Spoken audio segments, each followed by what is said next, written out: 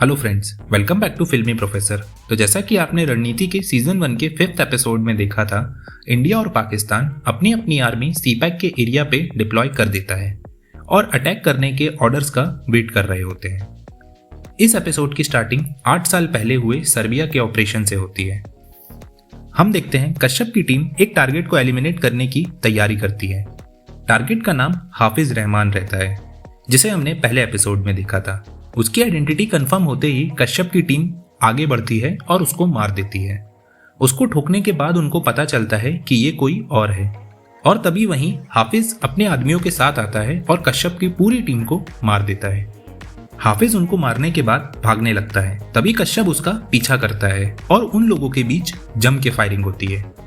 और वहीं सर्बिया में हम रकीब को देखते हैं। वो हाफिज की हेल्प करने आता है और उसको वहां से बचा के ले जाता है।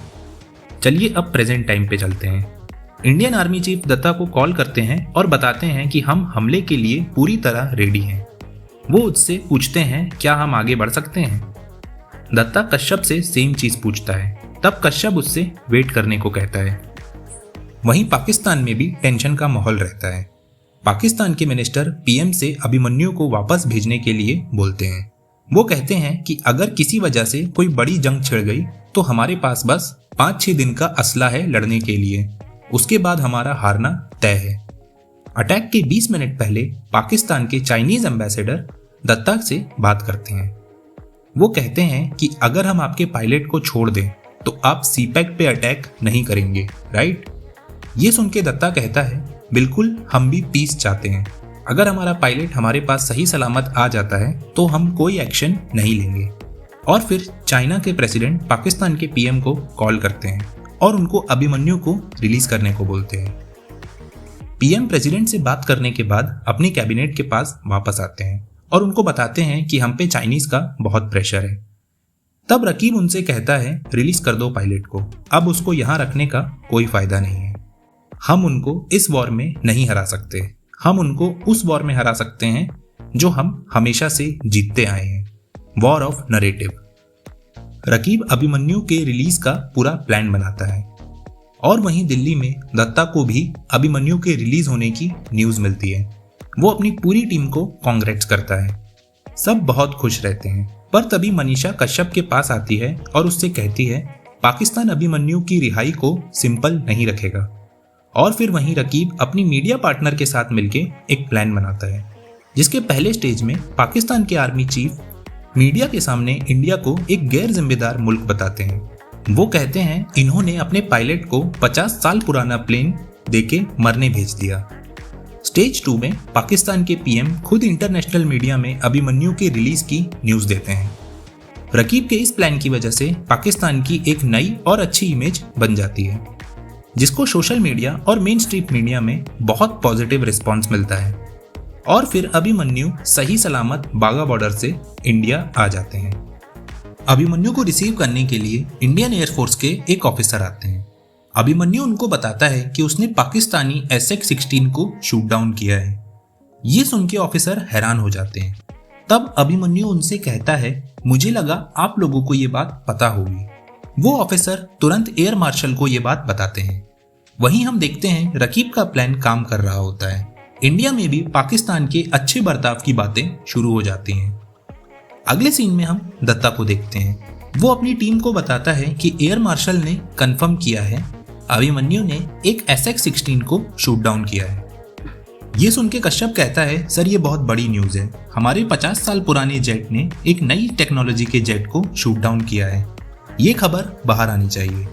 मनीषा भी कश्यप से एग्री करती है। वो उनको बताती है कि अमेरिकन कॉन्ट्रैक्ट के अनुसार पाकिस्तान SX-16 को इंडिया बॉर्डर के 100 मील तक यूज नहीं कर सकता है। हमको इसका फायदा उठाना चाहिए और उनको एक्सपोज करना चाहिए। तब कश्यप उनको एक प्लान बताता है। वो कहता है कि हमको उन पे ट्रेड सैंक्शंस लगवाने होंगे। इसके लिए हम उनको FATC में चैलेंज करेंगे। हम 2 पॉइंट्स पर उनको एक्सपोज करेंगे। पहले कि वो टेररिज्म को सपोर्ट करते हैं। इसके लिए हमको बालाकोट अटैक प्रूफ करना होगा, जिसके लिए हमारे एसेट्स ऑलरेडी वहां पे हैं। और दूसरा हमको ये प्रूफ करना होगा कि SX-16 का शूट डाउन रियल है। कश्यप के प्लान से दत्ता एग्री करता है और उसको ग्रीन सिग्नल दे देता है। और मनीषा सभी मीडिया हाउसेस को SX-16 के शूटडाउन होने की न्यूज दे देती है और फिर सभी टीवी चैनल्स पे यही न्यूज चलती है।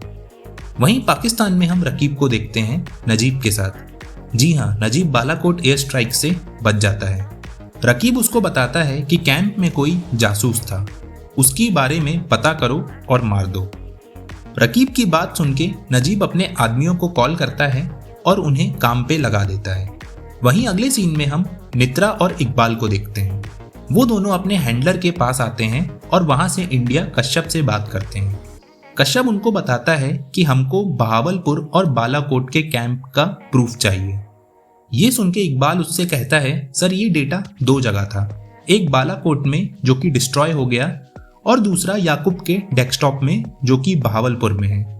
कश्यप उसको बताता है कि ये डेटा बहुत इंपॉर्टेंट है, इसके बिना हम इंटरनेशनल कोर्ट में पाकिस्तान को एक्सपोज नहीं कर पाएंगे। ये सुन के नित्रा कश्यप से कहती है, सर आपका काम हो जाएगा।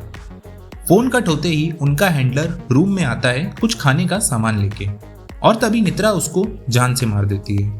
वो इकबाल को बताती है कि ये डबल एजेंट था, हमारी सारी इंफॉर्मेशन आगे शेयर कर रहा था। हैंडलर को मारने के बाद नित्रा और इकबाल जैश के हेडक्वार्टर बहावलपुर जाते हैं।